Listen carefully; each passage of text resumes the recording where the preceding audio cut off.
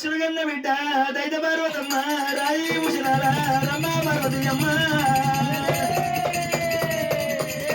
కిచ్చవతి పుత్రిక కిచ్చవతి పార్వతమ్మ అయోవతి కన్న బిడ్డ అయోవతి పార్వతమ్మ దేవి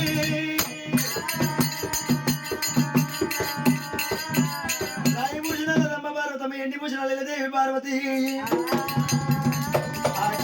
వచ్చినప్పుడు కనకన గడ్డ కొట్టినప్పుడు గడ్డనాథం వచ్చి పార్వతమ్మ గర్భాన పడ్డ శంకునాథం వచ్చి పార్వతమ్మ శివనాథ పడ్డది మంది ఎవరో కాదు నానాదుడు సంగమయ్య వచ్చిండు మరి మగ మనిషి ఎంతకు పోయి వస్తుంటే ఆడ మనిషి ఎదుర్కొని వేడుకొని మరి మంచి నీళ్ళు ఇస్తే ఆ మగ మనిషి కోపం చల్లాడుతుంది అంటారు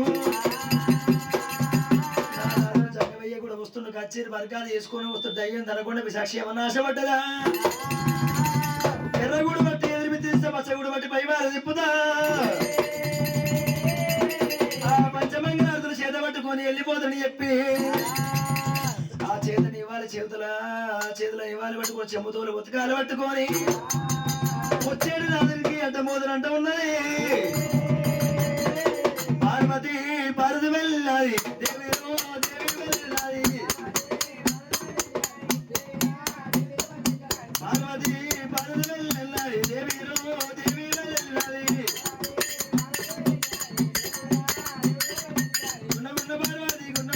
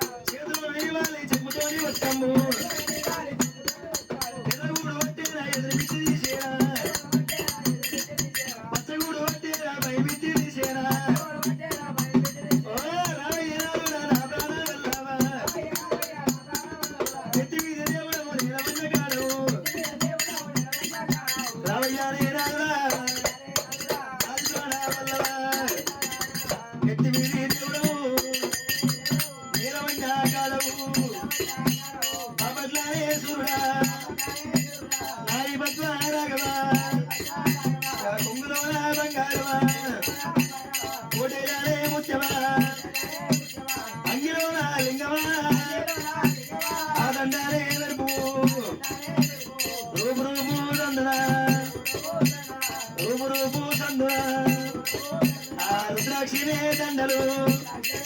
ఇక ఎలగూడు వచ్చిన ఇక ఎదురు మెట్టి తీసిన ఇల్లు సందన మీరన్నారే గుల్లురా వాడవాడ సందురా ఇక అనుమల్లారే గుల్లురా ఇక అమ్మవారు పార్వతి ఇక ఎదురుకుంటా ఉన్నది ఇక ఏరుకుంటా ఉన్నది ఎన్నిళ్ళు సన్నీలురా చాలారి వల్లరా ఇక జలక మల్లాడవు నాదా నాదా సంగమయ్య నీవు సంగమయ్య వెయ్యారి గోడల వెన్నీళ్ళు సన్నీళ్ళు ఉన్న చాలాల వల్ల జలకమాడమన్నప్పుడు ఆ శంకర తడిపిడి స్థానమాడిండు తడి వస్త్రం ఇచ్చిండు పొడి వస్త్రం కట్టిండు 63 పీట వేసింది ఆ 101 ఇస్తారంటూ వేసి 101 ఇస్తారంట లోపల అమ్మవారు పర్వతం అల్లారమ్మపలు బెల్లాన తేరలు ఖర్జూరాలు పెట్టింది పచ్చమక్ష వరవన్నారు పెట్టింది బిరబిర విరికేది బీరకాయ మంటలు గుమ్మడికేడు గుమ్మడికాయ మంటలు ఆ శంకరుడు రోజు తొలిముద్ద ఎల్లమ్మ పెట్టాక శంకరుడు అన్నం తినేది శంకరుడు అన్నం మీదకి 5 ఏళ్ళు వస్తాగా ఇప్పుడు మరి 5 ఏళ్ళు వస్తాం తిప్పినప్పుడు అన్నం తిన మనగారు శంకరయ్య బిడ్డ అదికి వచ్చింది బాబా పర్వతమ్మ బిడ్డ లేని వేళ చిన్నమైన బిడ్డ ఇక్కడ పోయింది అడిగినప్పుడు మన బిడ్డ ఎల్లమ్మ చిలకలాది ఒక చిన్నపోయిన అవసరాది ఒక వలిగిపోయింది అన్నప్పుడు ఆ బిడ్డ దగ్గర ఏర వచ్చి జంగమయ్య రామమ్మ కన్న బిడ్డ ఎల్లమ్మ రామమ్మ కన్న బిడ్డ ఎల్లమ్మ నువ్వు ఎందుకన్నా కలిగినావు ఎల్లమ్మ